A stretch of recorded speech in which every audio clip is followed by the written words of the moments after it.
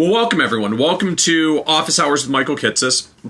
So for today's episode, I want to talk about names and specifically what to name your advisory firm. I find this a topic that's coming up more and more lately, not only because a growing number of advisors are going to independent channels and starting firms where they have the control and the responsibility to actually come up with a name for the business, but also because a growing volume of advisory firm mergers and acquisitions and succession plans, which are also kind of driving this conversation more frequently. So today's question comes from Scott, and Scott recently asked in the VIP group for XYPN Radio podcast, how do advisors decide on a name for their company? Do I lose points if I just do the common my last name financial planning, or is that okay if I plan on staying solo in my career anyway? So I love this question, Scott, because I think it actually captures a couple of different issues that are really important when you're thinking about an advisory business and how to hold out and represent yourself to the public. So first and foremost, let's talk about this from the client and business development perspective.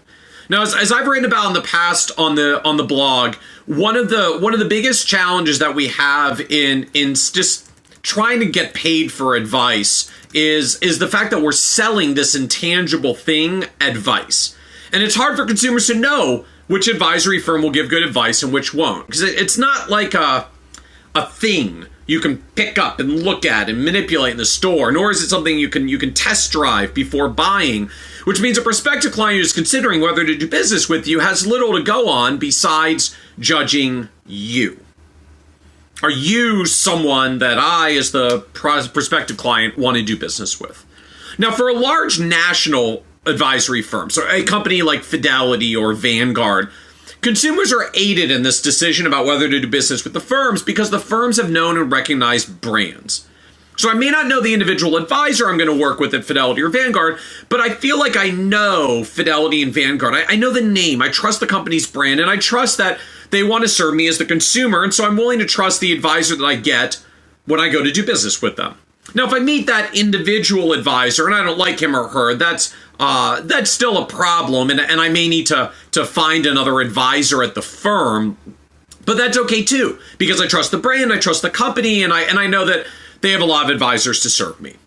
Now, unfortunately, for the typical advisory firm, you probably don't have a very big brand. People don't do business with you because they know and trust your firm's brand name. They do business with you because they know, like, and trust you. People do business with people they know, like, and trust, which means it's crucial to put the you into the business.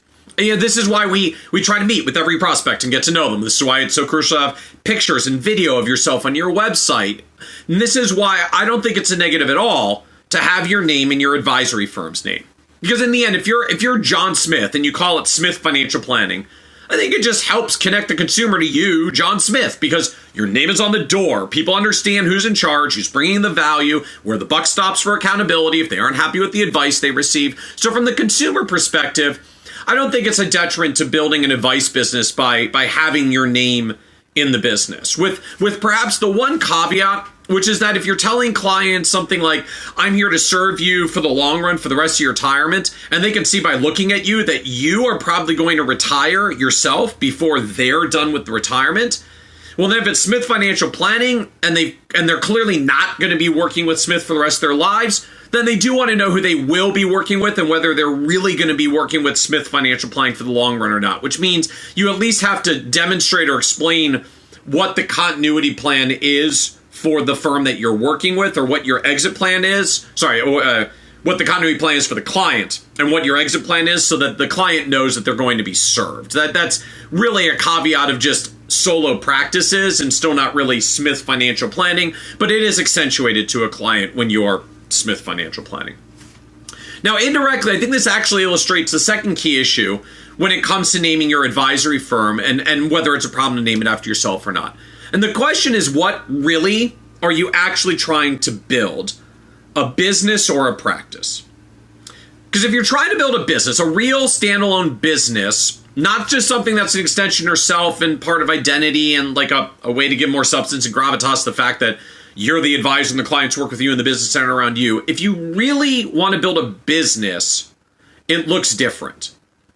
Right? Because if you just want to build a practice, if it's meant to be owner-centric, you call it Smith Financial Planning because your only plan ever is to be John Smith, the guy who delivers financial planning at Smith Financial Planning, then I think clearly it's the fine strategy. The practice is an extension of yourself. You name it. Your name is Smith Financial Planning because quite literally it's a business where Smith does financial planning. And you can immediately start making that connection for prospects the first time they see the name of the business because it's called Smith Financial Planning. But what about those in the other direction? Advisors who want to build a business, a real business that is bigger than just themselves and their own individual ability to serve clients. If your plan is to have multiple advisors who all serve the client, do you need to have a more generic or neutral name for the business? Now, I know there's a prevailing view out there amongst the advisory community that if you want to build a business beyond yourself, you can't have your name in the firm name. And I have to admit, I think it's wrong. I don't think making it a business bigger than yourself requires that you take your name out of the business. Because the truth is actually that there are a lot of businesses out there, big businesses, named after founders that have the founder in the name. Ever heard of Ford, Dodge, Chrysler, Toyota, all named after their founders, Rolls-Royce as well? It's called Ben & Jerry's, but I think we've accepted that neither Ben nor Jerry actually make our ice cream. Anheuser-Busch, Bacardi, Dell, Disney, Harley-Davidson. Heck, Tupperware was named after a guy named Earl Tupper who sold kitchenware. So he called it Tupperware. And it's not just for products, it's for service businesses as well. Deloitte & Touche was made by Mr. Deloitte and Mr. Touche, Arthur Anderson, and then even our industry. Merrill Lynch was named after Mr. Merrill and Mr. Lynch. Morgan Stanley. Anybody want to guess the relationship between the founders of Salomon Brothers? Edward Jones, Raymond James, Charles Schwab. The common thread of all these businesses is that ultimately the founders named the business after themselves, and then they created a business that was much bigger and beyond just themselves. And so even though it's the founder's name and the firm name, we all get that you're not really going to be talking to and working with the founder. I mean, I know the ad still says you can talk to Chuck when you go to Schwab, but I think we all get that no consumer actually gets to talk to Chuck Schwab at this point. What you get to do is talk to someone that represents the brand that Chuck Schwab created and provides the services that Chuck's brand promises to deliver. But the fundamental point here is that what really matters is not whether the founder's name is on the door or whether you come up with some neutral made-up name instead. What matters is the mindset of the advisory firm business owner. Are you trying to create a business that's bigger than yourself, or are you trying to create a practice that's built around yourself? Now, I will grant that most advisors I see who are trying to build businesses bigger than themselves do typically pick a neutral name and don't put their name on the door. But it's not because it's a necessary factor for success. Instead, I think it's actually more of a signal of their intent. Because if you're thinking about making a big business beyond yourself, there's really not always a reason to put your name into it at the beginning, right? If your plan is to make it beyond you, but not because you can't have your name in the business to succeed, simply because if your plan in the long run is to make the business beyond you, you probably don't feel like you need to put your name in the first place. And conversely, for those who want to build a practice around themselves, do tend to put their business in their name because their whole intent is to build it around themselves. So why not name it after yourself?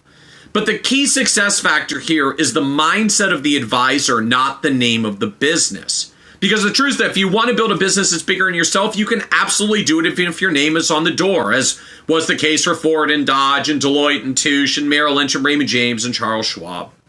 They built their names into brands. They made it mean something beyond just the idea that you're going to get your car personally made by Ford or the Dodge brothers, or your book settled by accountants named Deloitte and Touche, or your investment accounts personally managed by a guy named Chuck Schwab. It's about the mindset of what you're building, not the name on the door, which is why even Rick Edelman has been able to build Edelman Financial Services into a $15 billion independent RIA with more than 100 advisors who work there who are not Rick Edelman.